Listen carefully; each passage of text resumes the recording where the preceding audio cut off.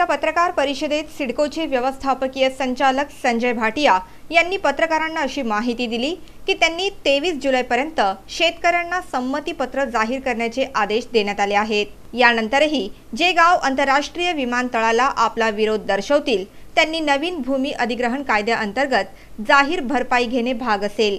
बेलापूरमध्ये आपलं जे ऑफिस उघडलेलं आहे त्याच्या तिथे CFC त्याचं आपण उद्घाटन करू, म्हणजे तिथे प्रोसेस सुरू होईल आणि आतापर्यंत आपल्याकडे 70 कन्सेंट पेपर ऑलरेडी आलेले आहेत। त्याची माहिती त्यांची होती। पारगावचे सकाळी माझ्याकडे आलेले होते, त्यांनी सांगितलं की आपण कृपया प्रेस कॉन्फरन्समध्ये जाहीर करा यांनी सर आम्ही तुमच्या बरोबर आहे आणि हे सगळा प्रोसेसमध्ये या पत्रकार परिषदेत सिडकोच्या सहव्यवस्थापकीय संचालिका वी राधा यांनी पत्रकारांना एका प्रस्तुतीच्या माध्यमाने ही माहिती दिली की आता लवकरच पुष्पक नगरमध्ये प्रकल्पग्रस्तांना 3500 घरांचं वितरण केलं जाईल।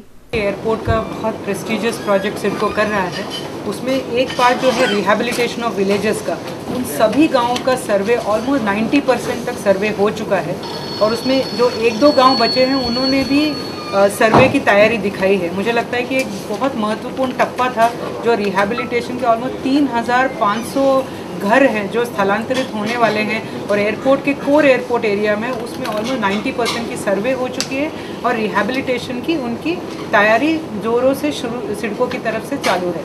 जैसे आपको पता है कि ये 3 भागों में उनको रिहैबिलिटेट किया जाएगा। वी राधा यांनी पुढे अशीही माहिती दिली की प्रकल्पग्रस्तांना भरपाई म्हणून 2 FSI प्रदान करून त्याच दिवशी भूखंड आवंटित केले जातील। जैसे आपको पता है ये फर्स्ट टाइम इन इंडिया है जहाँ पे ज़मीन टू ज़मीन लैंड एक्विजिशन होने वाला है, जबकि land to land which is जिनकी ज़मीन लेंगे उनको 22.5% पैकेज देंगे। उस प्रकार रेवेन्यू एंड फॉरेस्ट डिपार्टमेंट ने, महसूल व वन विभाग ने उनका GR इशू किया है जो लास्ट वीक हमें उपलब्ध हुआ है। इसकी वजह से हम आज प्रेस कॉन्फ्रेंस ले रहे हैं सो दैट ये प्रक्रिया हम जाहिर रीत से बता सकें। जो शेतकरी अपना सम्मति पत्र देंगे SLAO के पास जो मेट्रो सेंटर 1 पनवेल में बैठती हैं, वो सब डॉक्यूमेंट्स के सहित देने के बाद उन सबको रीतसर नोटिसेस जाएंगे।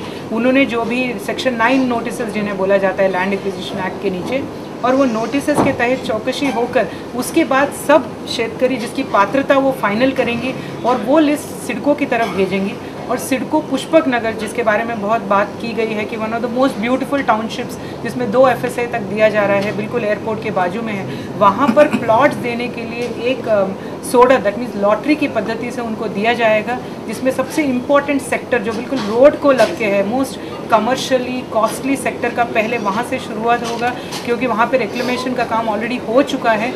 और ये सभी लोगों का लॉटरी निकालने के बाद हम जब SLAO को हम बताएंगे तो वो लिस्ट के अकॉर्डिंग वो अपना अवार्ड निकालेंगे। अवार्ड में वाटप पत्र होगा, ये मुझे लगता है बहुत इंपॉर्टेंट है। जिस दिन हम उनकी ज़मीन देंगे उसी दिन उनको वाटप पत्र दिया जाएगा और 1 वीक के अंदर उनको एग्रीमेंट टू लीज अगर उनकी तैयारी होगी तो हम करेंगे। इस प्रोजेक्ट में बहुत सारे पॉजिटिव्स ये प्रोजेक्ट में लिया है, स्पेशली एमालगमेशन। नहीं तो लोगों को हम प्लॉट्स एमालगमेंट करने की मुभा नहीं देते थे, वो भी इसमें है। अगर लोग साथ में आके अपना प्लॉट बढ़ा के लेना चाहते हैं तो उसके लिए भी हम परमिशन दे रहे हैं। जे प्रकल्पग्रस्त 23 जुलैपर्यंत आपल्या जमिनी हस्तांतरित करणार नाहीत त्यांना वर्तमान भूमी अधिग्रहण कायद्याअंतर्गत भरपाई मिळणार नाही, तर त्यांना नवीन कायद्याअंतर्गत कमी प्रमाणात भरपाई दिली जाईल। सिडको अध्यक्ष प्रमोद हिंदूराव यांनी यावेळी पत्रकारांशी बोलताना सांगितले की शेतकऱ्यांना दिला जाणारा हा देशातील सर्वात मोठा पॅकेज आहे।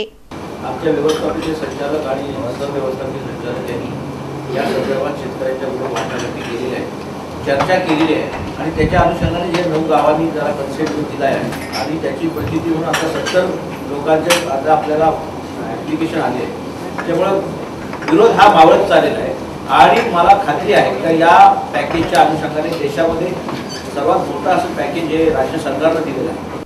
15 ऑगस्ट रोजी प्रकल्पग्रस्तांना जमिनींचे वितरण केले जाणार आहे।